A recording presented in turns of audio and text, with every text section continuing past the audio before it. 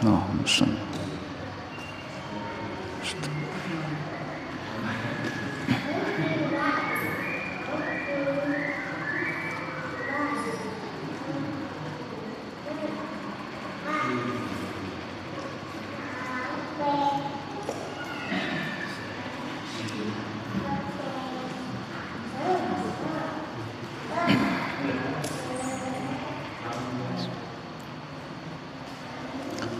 Bismillahirrahmanirrahim. Alhamdulillahirabbil alamin. Allahumma shalli wa sallim wa barik ala Muhammad wa ala ali Muhammad. Allahumma anfa'na bima 'allamtana wa 'allimna ma yanfa'una wa zidna ilma wa barik lana fi ilmina warzuqna al-ikhlasa fil qawli wal 'amali kamila wa nas'aluka Allahumma 'ilman nafi'an la yunsa wa tawfiqan da'ima amin ya rabbal alamin. Alhamdulillah kaum muslimin rahimani wa rahimakumullah. Malam ini tanggal 26 Rajab Mudhar 1442 kita bisa melanjutkan majelis ilmu kita pada maghrib sampai isya. Dan karena kitab kita yang pertama sudah selesai, maka untuk program kedua saya ingin membahas tentang tafsir Al-Quran. Program saya adalah satu hari satu halaman, tafsir satu hari satu halaman Al-Quran. Dan program ini sudah saya jalankan di banyak masjid, di Masjid Semanggi, di Masjid Cemani, nah sekarang di Masjid Sumber ini juga kita adakan. Karena itu temanya berlanjut. Untuk yang di Cemani saya membahas surah Al-Baqarah, sekarang sudah masuk juz 2. Untuk yang di Semanggi itu ada 2 masjid, ada juz 29, ada juz 30. Nah sekarang untuk di sini kita akan pilihkan tafsir surah Ali Imran. Karena itu silahkan kalau ada yang mau mengambil mushaf Al-Quran, ini kita akan membahas tafsir surah Ali Imran pada halaman pertama dari surah Ali Imran. Kalau di dalam mushaf Al-Quran cetakan Madinah itu halaman 50. Saya akan baca sambil antum mencarinya.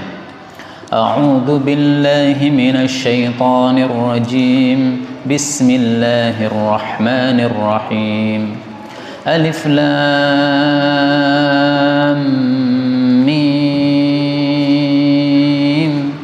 Allahu la ilaha illa huwal hayyul qayyum.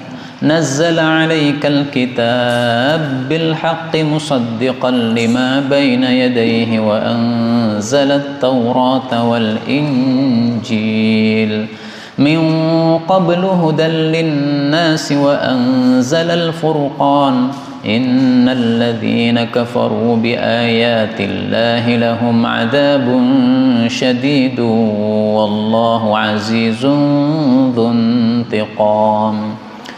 Inna Allah la yakhfa 'alaihi syai'un fil ardi wala fis sama'. Huwa alladhi yusawwirukum fil arhami kayfa yasha.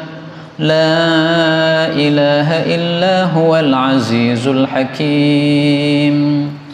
هو الذي أنزل عليك الكتاب منه آيات محكمات هن أم الكتاب وأخر متشابهات فأما الذين في قلوبهم زيغ فيتبعون ما تشابه منه ابتغاء الفتنة وابتغاء تأويله وما يعلم تأويله إلا الله والراسخون في العلم يقولون آمنا به كل من عند ربنا وما يذكر إلا أولو الألباب ربنا لا تزغ قلوبنا بعد إذ هديتنا وهب لنا من لدنك رحمة إنك أنت الوهاب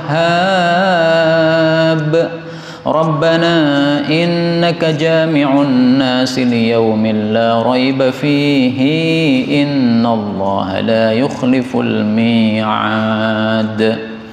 Alhamdulillahirabbil alamin. Allahumma arhamna bil Qur'ani amin. Bapak-bapak, ibu-ibu rahimani wa rahimakumullah, mungkin pada bacaan saya ada beberapa yang berbeda dari biasanya yang antum dengarkan. memang sengaja saya membaca pada majelis-majelis ilmu ini bacaan Quran yang tidak biasa didengar oleh rakyat atau masyarakat Indonesia. Saya membaca dengan qiraah yang beraneka ragam, kadang-kadang qiraah Asim, kadang-kadang qiraah Kisai, kadang-kadang qiraah Ya'qub dan sebagainya. Karena tilawah Quran kita bisa membacanya dengan 10 macam qiraah yang disebut qiraah mutawatirah, yang semuanya bersumber dari Sayyidina Rasulullah sallallahu alaihi wasallam. Contoh misalnya tadi pada ayat kedua saya membaca ayat ketiga ya. Nazzala 'alaikal kitab bil haqq. Biasanya nazzala 'alaikal kitab bil haqq. Nah ini babi ini bisa disambung menjadi al-kitab bil haqq. Ini namanya idgham kabir. Demikian juga contohnya pada ayat ketiga juga saya membaca misalnya musaddiqan lima baina yadayhi wa anzala yadayhi, hinya panjang. Ini adalah qiraah Ibnu Katsir. Kalau qiraah Asim biasanya pendek ya. Lima baina yadayhi wa anzala at-taurata wal injil. Demikian juga misalnya saya membaca pada ayat yang keempat, innal ladzina kafaru bi ayatillahi lahumu adzabun syadid. Biasanya apa? Lahum. Nah, saya baca lahumu. Ini kenapa? Ini qiraah Kisai. Lahumu adzabun syadid. Tayyib. Jadi insyaallah nanti pada waktu-waktu yang lain juga kalau ada bacaan-bacaan yang berbeda pasti saya akan jelaskan supaya tidak menjadi rancu ya, kenapa saya membacanya begini, membacanya begitu. Allah Subhanahu wa taala mengatakan pada surah Ali Imran ayat yang pertama sama dengan surah Al-Baqarah ayat yang pertama. Alif Lam Mim. Apa artinya Alif Lam Mim? Para ulama berselisih pendapat. Mayoritas ulama berpendapat bahwa Alif Lam Mim, Ha Mim, Tosin, Tosim Mim, Alif Lam Ra, Nun, Kaf Ha Ya Ain Shad, Toha dan sebagainya itu adalah kata-kata yang kita tidak tahu tafsirnya. Yang tahu tafsirnya hanyalah siapa? Allah Subhanahu wa taala. Lain-lain enggak tahu. Lah terus kalau tidak ada yang tahu tafsirnya, apa fungsinya kata-kata ini dimasukkan dalam Quran? Fungsinya untuk memberitahu orang-orang Arab, wahai orang-orang Arab, Quran ini isinya huruf-hurufnya sama dengan huruf-huruf yang kalian pakai. Ada alif, ada lam, ada mim, ada nun dan sebagainya. Tetapi kalian tidak mampu membuat seperti Quran ini. Ini menunjukkan bahwa Quran ini bukan buatan Muhammad. Quran ini semata-mata wahyu dari Allah Subhanahu wa taala. Karena ketika Nabi membawa Quran ini, sebagian orang Arab mengatakan ini cuma buatan kamu saja. Nah, maka Allah membantah dengan ayat-ayat awal begini. Tidak benar. Yang benar adalah bahwa ini kalam Allah Subhanahu wa taala. Bapak Ibu rahimani wa rahimakumullah, mungkin panjenengan kalau ngaji di tempat lain kan panjenengan akan mendapatkan penjelasan alif itu maksudnya Allah, lam itu maksudnya Jibril, mim itu maksudnya Muhammad. Memang ada ulama yang mengartikan begitu. Jadi maksudnya Allah menurunkan Quran lewat malaikat Jibril kepada Nabi Muhammad SAW. Allah awal hurufnya alif, nah, maka alif. Jibril akhir hurufnya lam, maka lam. Muhammad awal hurufnya mim, maka mim. Nah, berarti alif lam mim Allah, Jibril, Muhammad. Dan tafsir seperti ini semakna dengan kalam Allah pada ayat yang lain, yaitu Allah mengatakan wa innahu latanzilu rabbil alamin nazala bihir ruhul amin ala qalbika litakuna minal munzirin. Sungguh Quran adalah diturunkan oleh Allah Rabbul Alamin. Membawa turun dengan Quran itu Ar-Ruhul Amin, yaitu malaikat Jibril, nama lainnya Ruhul Amin. Diberikan kepada ala qalbika, kepada hatimu wahai Nabi, supaya engkau menjadi termasuk orang-orang yang memberikan ancaman. Ini surat Asy-Syu'ara ayat 192 sampai 194. Nah, ini tafsiran bagi alif lam mim menurut sebagian ulama. Tapi sebaiknya kita pakai tafsiran yang pertama. Kenapa? Mayoritas ahli tafsir dari zaman dulu sampai sekarang mereka mengatakan alif lam mim, nggak ada yang tahu maknanya selain Allah Subhanahu wa taala. Kemudian Allah mengatakan Allahu, Allah itu la ilaha, tidak ada Tuhan yang berhak disembah illa huwa, kecuali Dia Allah. Allah itu adalah Al-Hayyu, zat yang maha hidup sempurna, zat yang maha sempurna hidupnya. Al-Qayyum, zat yang maha berdiri sendiri. Ayat ini menunjukkan bahwa Tuhan-Tuhan di atas muka bumi memang banyak. Ada Lata, ada Uzza, ada Manat, ada Allah. Tapi dari Tuhan-Tuhan yang ada, yang berhak disembah hanya satu, yaitu siapa? Allah Subhanahu wa ta'ala. Orang-orang kafir zaman dulu, orang-orang Quraisy, itu mereka menyembah 7 Tuhan, Pak. Tapi dari 7 Tuhan ini yang betul-betul diperlukan oleh mereka hanya satu, yaitu Allah. Buktinya kalau mereka naik kapal, kemudian kapalnya terombang-ambing oleh ombak, maka mereka langsung buang semua Tuhan-Tuhan mereka. Mereka langsung angkat tangan doa kepada Allah. Padahal mereka orang kafir, musyrik. Termasuk salah satunya adalah Ikrimah, putranya Abu Jahal. Dia pernah naik kapal, waktu itu dia masih musyrik, diombang-ambingkan oleh ombak. Maka kemudian dia berdoa kepada Allah Subhanahu wa ta'ala, kalau saya selamat dari kapal ini, maka saya akan begini, saya akan begini. Nah, ini menunjukkan bahwa orang-orang kafir juga menyembah Allah Subhanahu wa ta'ala. Dalam hadis yang diriwayatkan oleh Al-Imam At-Tirmidzi disebutkan bahwasanya Rasul sallallahu alaihi wasallam bertanya kepada salah satu sahabatnya, tapi waktu itu sahabatnya masih kafir, namanya Husain. Ya Husain, wahai Husain, kam ta'budul yauma ilahan, sekarang ini, hari ini kamu menyembah Tuhan berapa jumlahnya? Qala abi sab'ah, maka dijawab, saya menyembah 7 Tuhan. Sittatan fil ardi, 6 Tuhan di bumi, wa wahidan fis sama, 1 Tuhan di atas langit, yaitu Allah Subhanahu wa ta'ala. Qala, Nabi bertanya, fa ayyuhum ta'uddu li rahbatika wa rahbatika, dari Tuhan 7 ini siapa yang kamu perlukan untuk kamu berharap dan ketika kamu sedang takut? Siapa Tuhan yang kamu pakai? Qala alladzi fis sama, maka Husain mengatakan zat yang ada di atas langit, yaitu Allah Subhanahu wa ta'ala. Maka Rasulullah mengatakan, wahai Husain, kalau kamu mau masuk Islam, maka kamu akan saya ajari 2 kalimat yang akan berguna untuk kamu. Akhirnya dia masuk Islam, kemudian diajari doa oleh Rasulullah sallallahu alaihi wasallam. Ini hadis riwayat Imam Tirmidzi, sahih maknanya meskipun dhaif sanadnya. Allah itu adalah Al-Hayyu. Al-Hayyu itu bukan hanya hidup, tetapi maha hidup, atau dengan kata lain hidupnya sempurna.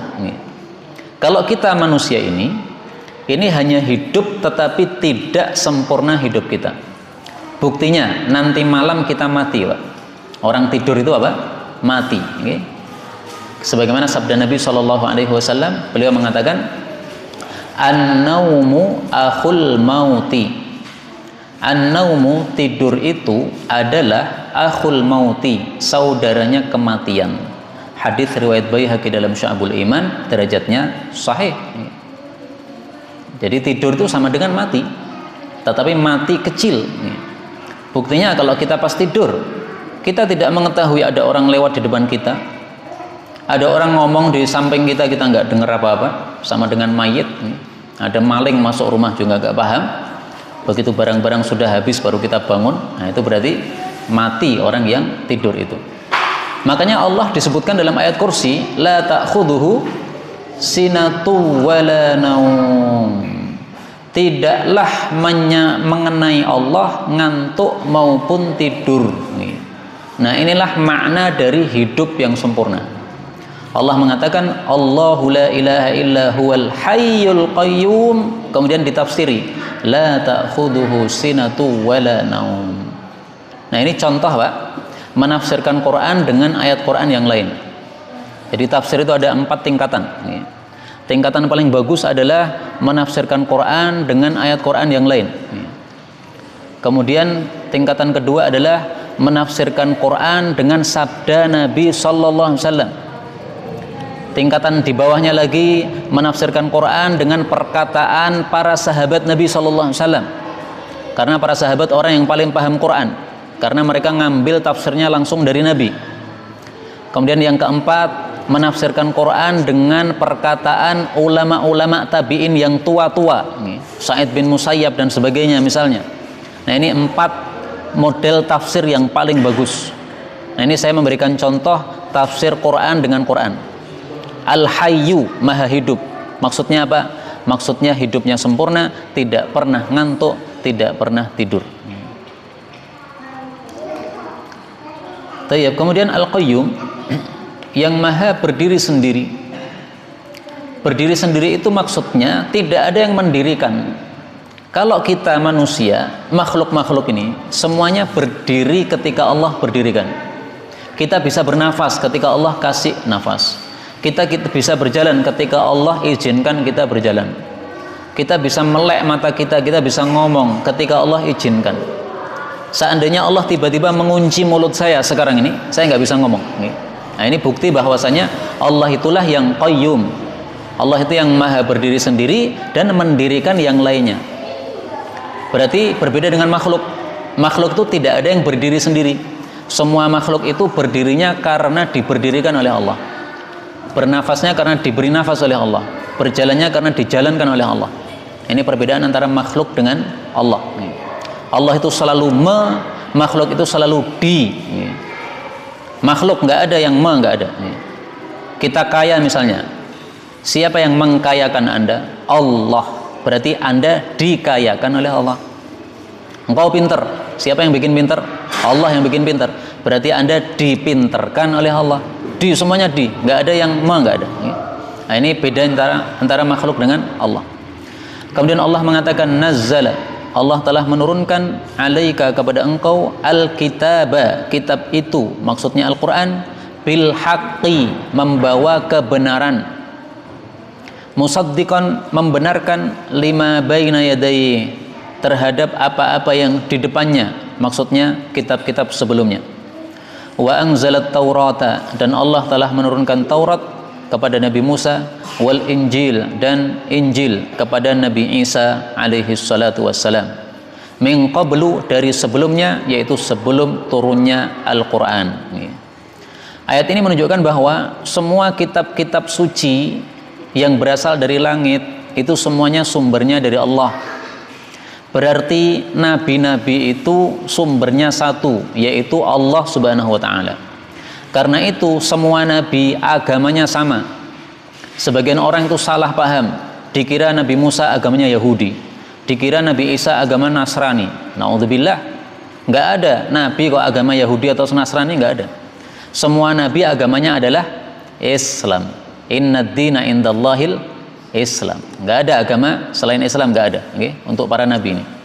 Maka di sini Allah menjelaskan, Allah telah menurunkan kepadamu Alkitab. Perhatikan kata-kata nazzala, kemudian berikutnya anzala. Kenapa Allah mengatakan nazzala untuk Al-Quran? Kenapa Allah mengatakan anzala untuk Taurat dan Injil? Dalam bahasa Arab, kata-kata nazzala itu menurunkan secara sedikit demi sedikit. Memang Quran turunnya begitu. Tidak langsung 30 juz, enggak. Tapi Allah turunkan sedikit dulu. Ketika ada satu kasus, turunkan ayatnya begini. Ada satu masalah, turunkan ayatnya begini. Ada satu problem, turunkan ayatnya begini. Ada orang tanya kepada Nabi, turunkan ayatnya sebagai jawabannya. Nah, itu nazzala. Maka kata-kata nazzala ini sebagaimana ayat yang lain, Allah Subhanahu wa ta'ala mengatakan, wa qur'anan faraqnahu litaqra'ahu 'alan nasi 'ala mukthin wa nazzalnahu tanzila. Kami turunkan Quran itu secara terpisah-pisah supaya kamu bacakan perlahan-lahan. Ini surat Al-Isra ayat 106. Jadi tafsiran dari nazzala adalah apa? Surat Al-Isra ayat 106. Adapun Taurat Injil itu anzala. Anzala itu dalam bahasa Arab maksudnya diturunkan sekali kejap. Memang Taurat Injil begitu turunnya. Langsung satu kitab, langsung katam. Satu kitab langsung berikan kepada Nabi Musa. Nih Taurat, nih Injil langsung. Karena itu bahasa Arab harus kita pahami kalau kita ingin paham tafsir Quran secara sempurna. Maka mempelajari bahasa Arab hukumnya apa? Hukumnya wajib, tetapi wajibnya fardu kifayah. Kalau sudah ada yang mempelajari dari umat Islam, maka yang lain-lain tidak mempelajari nggak apa-apa. Tapi harus ada di antara umat Islam yang paham bahasa Arab. Kenapa? Kalau nggak paham tafsir Quran secara sempurna. Dia tidak akan bisa membedakan antara nazala dengan anzala yang artinya sama-sama menurunkan. Kemudian Allah mengatakan hudal linnas, sebagai petunjuk bagi para manusia. Wa anzalal furqan, dan Allah menurunkan al-furqan, yaitu nama lain dari Al-Quran.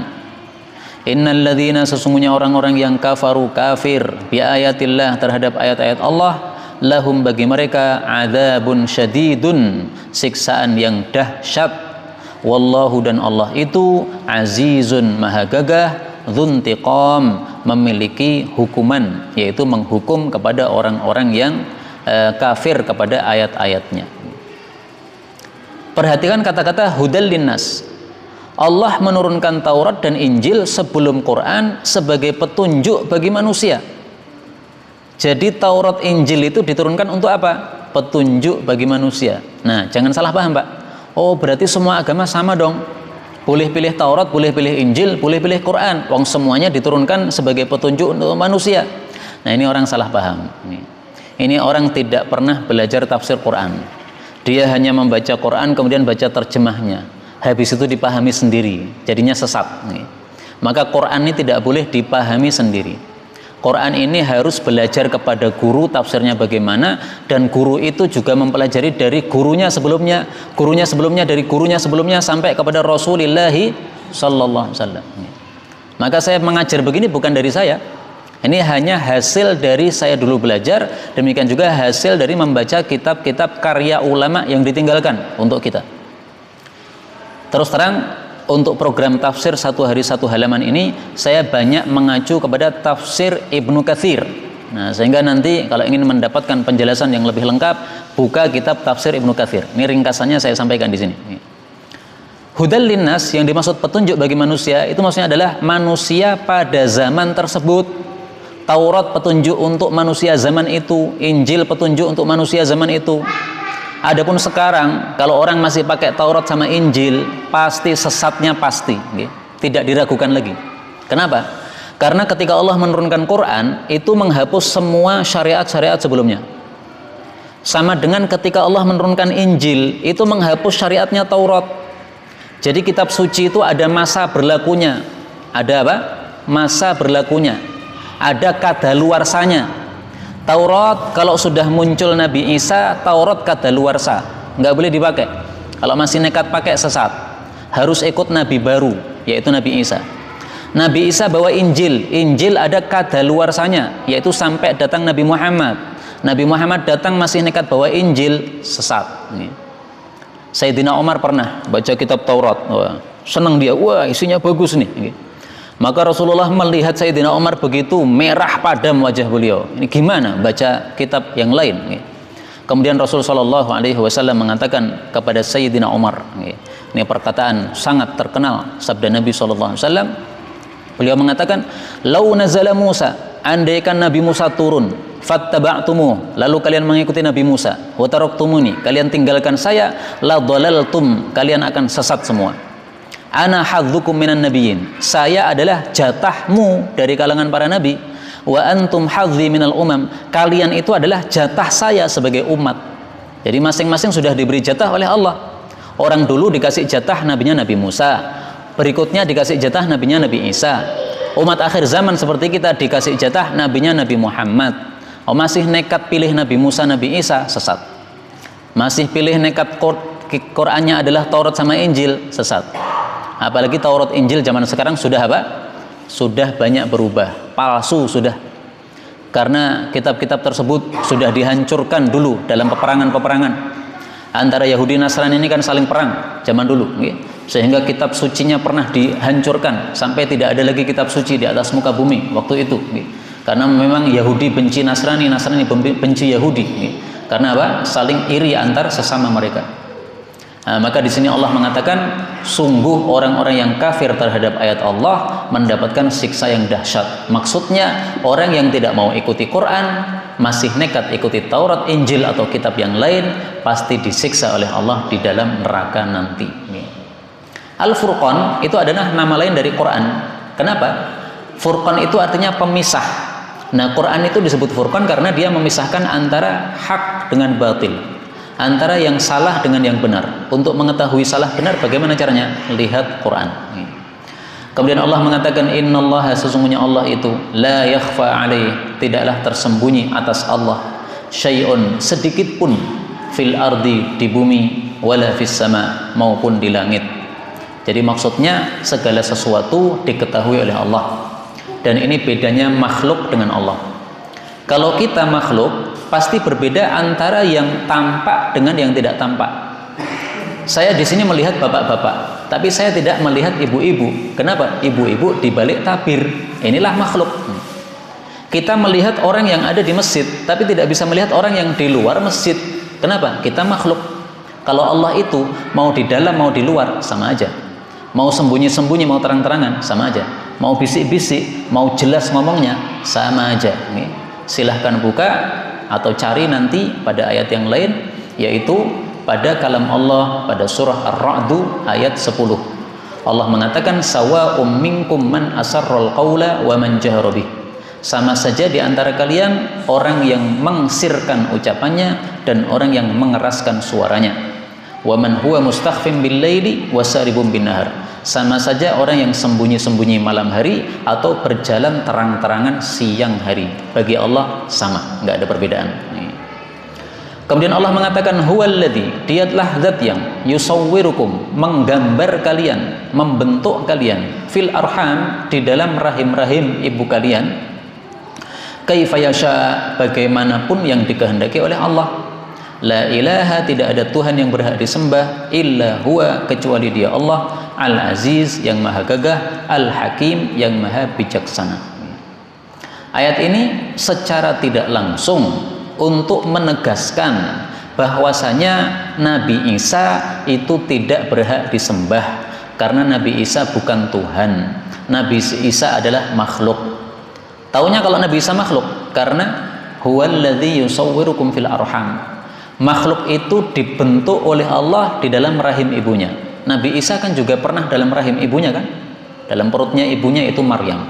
Siapa yang memasukkan ke dalam rahim ibunya itu? Allah Subhanahu wa taala. Kemudian dibentuk menjadi laki-laki, bukan perempuan. Dibentuk menjadi tampan, tidak jelek.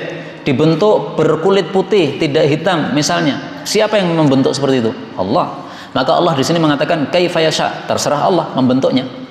Nabi Isa dibentuk sebagai laki-laki. Nabi Isa dibentuk tanpa bapak, terserah Allah Subhanahu wa taala. Jadi ini secara tidak langsung Allah ingin menegaskan kepada orang-orang Nasrani yang menyembah kepada Yesus Kristus, nih, jangan disembah, itu bukan Tuhan, itu adalah makhluk, sebagaimana kalian juga makhluk. Kalian pernah mengalami di perut ibu kan? Isa juga begitu, sama. Kemudian Allah mengatakan, huwallazi, dialah zat yang anzala alaika, menurunkan kepada engkau, al-kitaba, kitab itu yaitu Quran. Minhu, dari Al-Quran, ayatun, ada ayat-ayat muhkamat, yang muhkam. Muhkam itu adalah yang jelas-jelas. Huna, yang ayat-ayat itu adalah ummul kitab, induknya Al-Kitab, induknya Al-Quran. Wa ukharu, dan ayat-ayat yang lain, mutasyabihat, ayatnya mutasyabihat. Mutasyabihat itu kebalikan dari muhkam. Fa amma, maka adapun alladzina, orang-orang yang fi qulubihim, dalam hati-hati mereka, zaighun, ada penyimpangan. Fayattabi'una, maka mereka mengikuti ma tasyabaha minhu, apa yang mutasyabihat dari Al-Qur'an. Kenapa? Ibtigha'al fitnah, untuk mencari fitnah. Wa ibtigha'a ta'wilih, dan untuk mencari takwilnya. Wa ma ya'lamu ta'wilahu, padahal tidaklah mengetahui takwilnya illallah, kecuali Allah Subhanahu wa taala. Warrasikhuna fil ilmi, adapun orang-orang yang kokoh di dalam ilmu, yaquluna, mereka mengatakan, amanna bihi, kami beriman kepada Allah. Amanna bihi, kami beriman dengan ayat-ayat tersebut, ayat-ayat mutasyabihat tadi. Kullun, semuanya, min indi rabbina, dari hadapan Allah Subhanahu wa taala. Wa ma yadzakkar, dan tidaklah mengambil pelajaran illa, kecuali ulul albab, orang yang memiliki pikiran-pikiran yang sehat. Jadi Al-Quran itu isinya dua macam. Yang pertama adalah ayat-ayat muhkam. Ayat-ayat muhkam itu ayat-ayat yang wadih, yang sangat-sangat jelas, yang kalau orang baca itu langsung paham. Orang baca itu jelas maknanya, tidak menimbulkan dua pemahaman, okay? Langsung bisa dipaham. Misalnya, qul huwallahu ahad, jelas. Allahus samad, jelas. Lam yalid wa lam yulad, jelas. Wa lam yakul lahu kufuwan ahad, jelas. Nah, fungsi dari ayat-ayat muhkam itu adalah apa? Fungsinya sebagai ummul kitab, induknya kitab. Yang namanya induk itu gimana? Induk itu adalah rujukan. Itu kan artinya ibu, ibu atau induk. Yang namanya ibu itu untuk rujukan. Anak-anak pasti kembalinya ke ibu. Anak-anak kecil malam hari pasti balik pulang, kumpul sama ibunya. Waktu makan balik kumpul sama ibunya, didulang, diberi makan oleh ibunya. Nah, muhkamat juga begitu. Itu adalah induknya Alkitab. Artinya dijadikan rujukan. Sehingga kalau ada ayat-ayat yang tidak muhkam, kembalikan kepada ayat yang muhkam.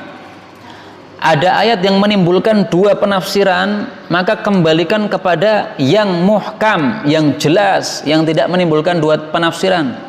Contoh nih. Orang-orang Nasrani, mereka bisa saja mengambil dalil dalam Al-Quran bahwasanya Nabi Isa atau Yesus adalah anak Tuhan. Kenapa? Karena dalam Al-Quran disebutkan bahwasanya Nabi Isa adalah waruhum minhu. Nabi Isa adalah roh dari Allah Subhanahu wa Ta'ala. Nah, ini kan bisa dipahami, berarti Allah membelah rohnya.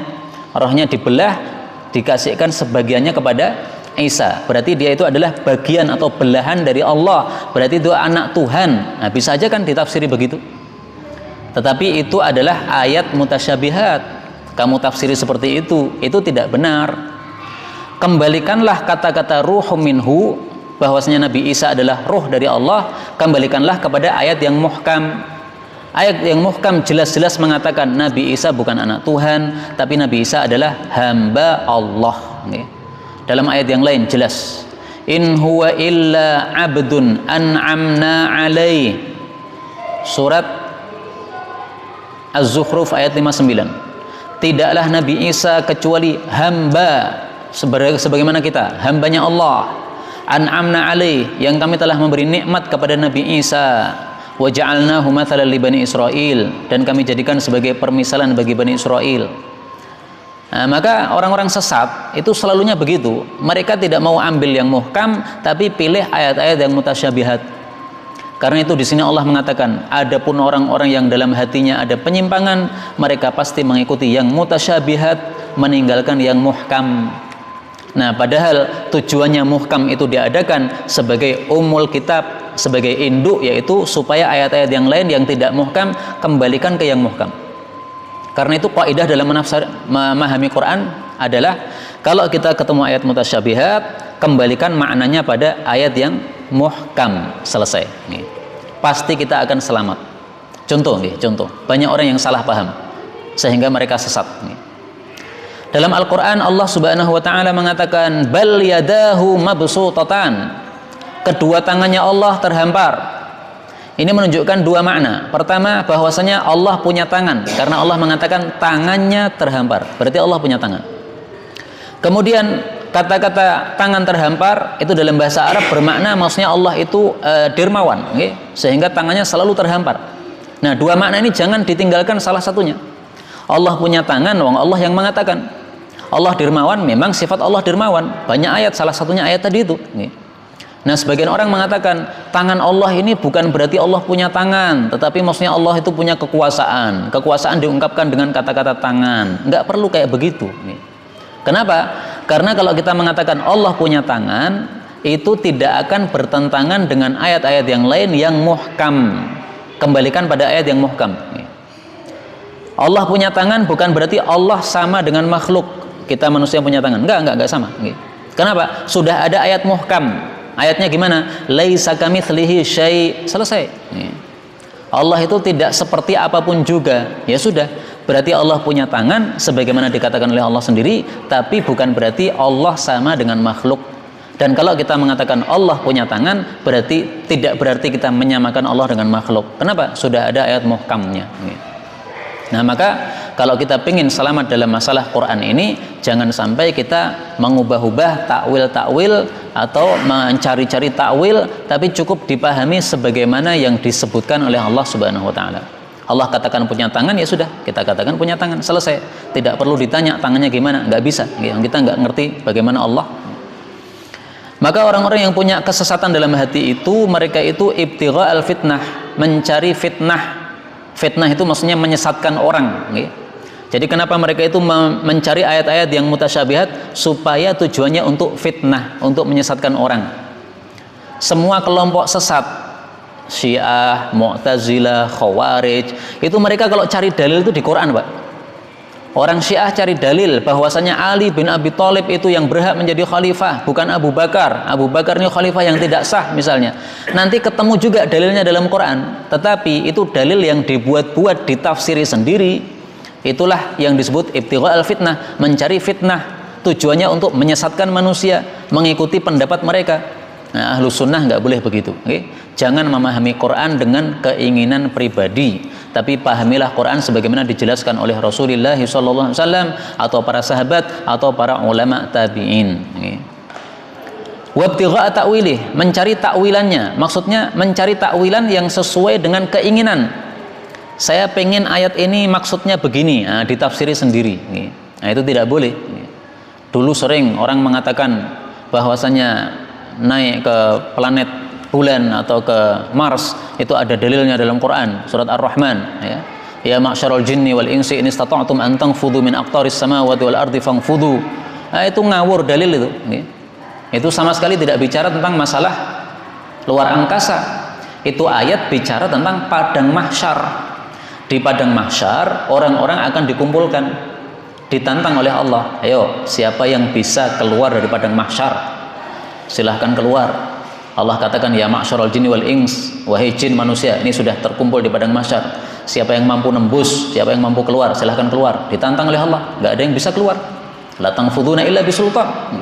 Maka itu sama sekali nggak ada kaitannya dengan luar angkasa, ngawur. Itu berarti ibtigha ta'wilih, itu mencari takwil Quran sesuai dengan keinginan pribadi, nggak boleh begitu. Kemudian Allah mengatakan warrasikhuna fil ilmi yaquluna amanna bihi.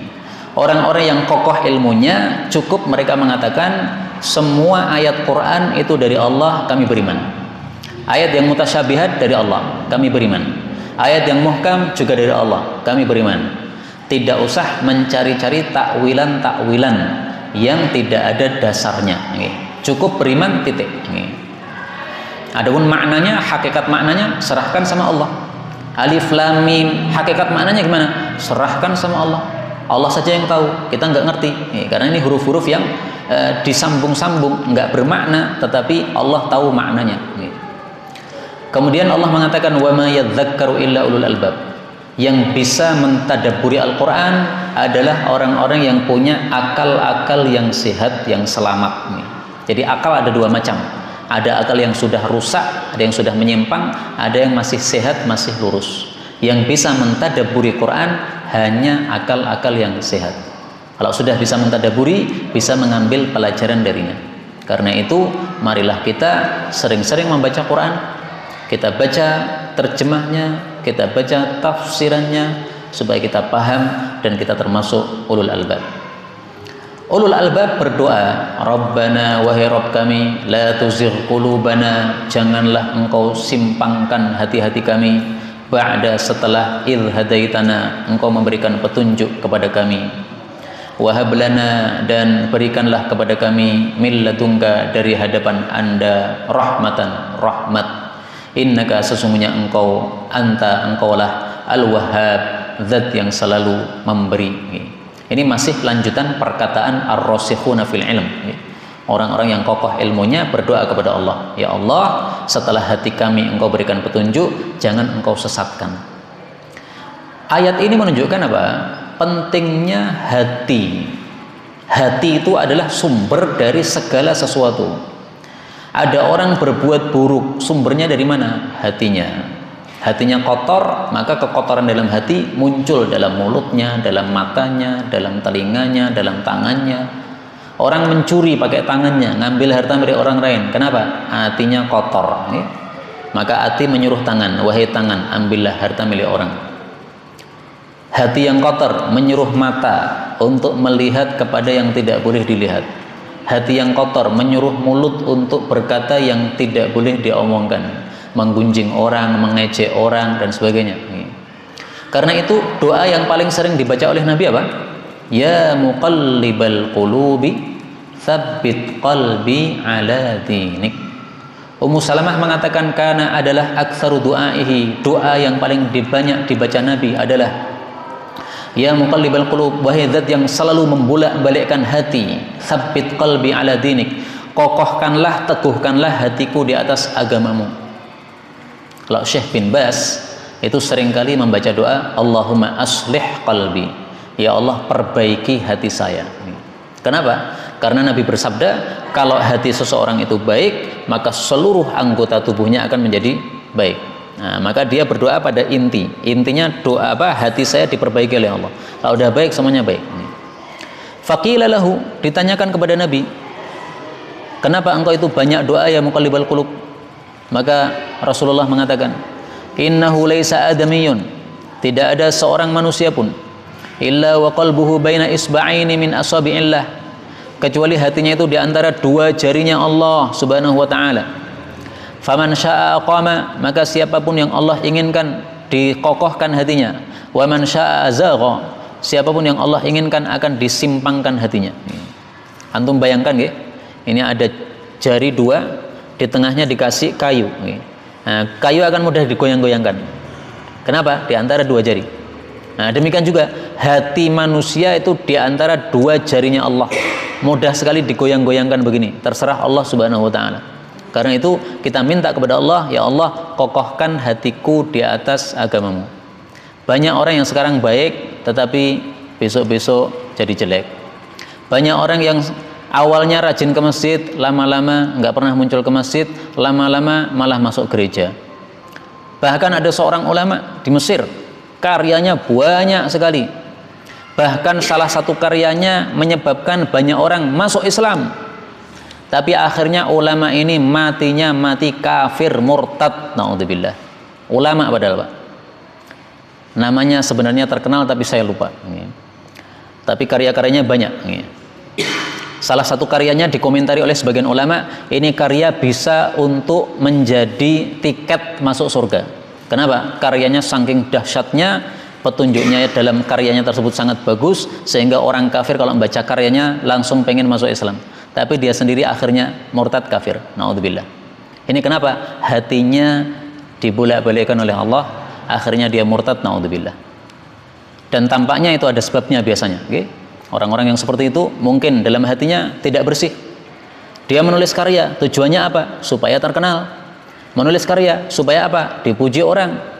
Menulis karya supaya apa? Supaya jadi viral bukunya, supaya dibincangkan oleh orang di mana-mana. Nah, itu berarti enggak bagus niatnya, sehingga itu tidak bagus hatinya, sehingga disimpangkan oleh Allah Subhanahu wa taala. Karena itu dalam doa ini kita diajari membaca wa hab lana min ladunka rahmah. Kita minta rahmat dari Allah, sehingga kalau rahmat turun, maka kita akan dijaga oleh Allah. Kemudian doa berikutnya, Rabbana wahai Rabb kami, innaka sesungguhnya engkau jami'un nas, akan mengumpulkan para manusia liyaumin pada satu hari la raiba fihi, yang tidak ada keraguan padanya, maksudnya hari kiamat. Innallaha sesungguhnya Allah la yukhlifu, tidak akan menyelisih al-mi'ada, perjanjian. Jadi Allah akan mengumpulkan seluruh manusia pada hari kiamat, yang hari kiamat itu la raiba fihi, tidak ada keraguan, maksudnya pasti terjadi. Memang banyak orang yang ragu-ragu, yaitu orang kafir. Tetapi sebenarnya tidak diragukan. Kenapa? Karena beritanya dari Allah, dan Allah itu kalau sudah berjanji tidak akan menyelisih janjinya. Kaum muslimin rahimani wa rahimakumullah, ayat ini hanya berita, tetapi maksudnya adalah ancaman. Ayat ini memberitakan bahwasanya Allah itu jami'un nas, mengumpulkan manusia, tetapi sebenarnya berisi ancaman. Wahai manusia, nanti kalian setelah mati kemudian akan dihidupkan oleh Allah, akan dikumpulkan oleh Allah. Setelah itu akan disuruh untuk mempertanggungjawabkan amalnya masing-masing. Kalau amalnya baik dibalas kebaikan, amalnya buruk dibalas keburukan. Ini maksudnya. Maka banyak ayat-ayat Quran itu berisi ancaman meskipun kalimatnya adalah kalimat berita. Ini kalimatnya berita, jami'un nas. Engkau itu mengumpulkan manusia, tapi terkandung padanya ancaman. Karena itu marilah kita ambil ancaman di dalam Quran ini untuk memperbaiki diri kita. Jangan kita berbuat yang jelek, karena perbuatan jelek akan kita pertanggungjawabkan di hadapan Allah Subhanahu wa taala. Inilah yang dapat kita bicarakan pada malam hari ini, benarnya dari Allah Subhanahu wa taala, dan apabila ada salahnya fa astaghfirullahal azim li wa lakum. Sisa waktu kalau ada boleh tanya jawab.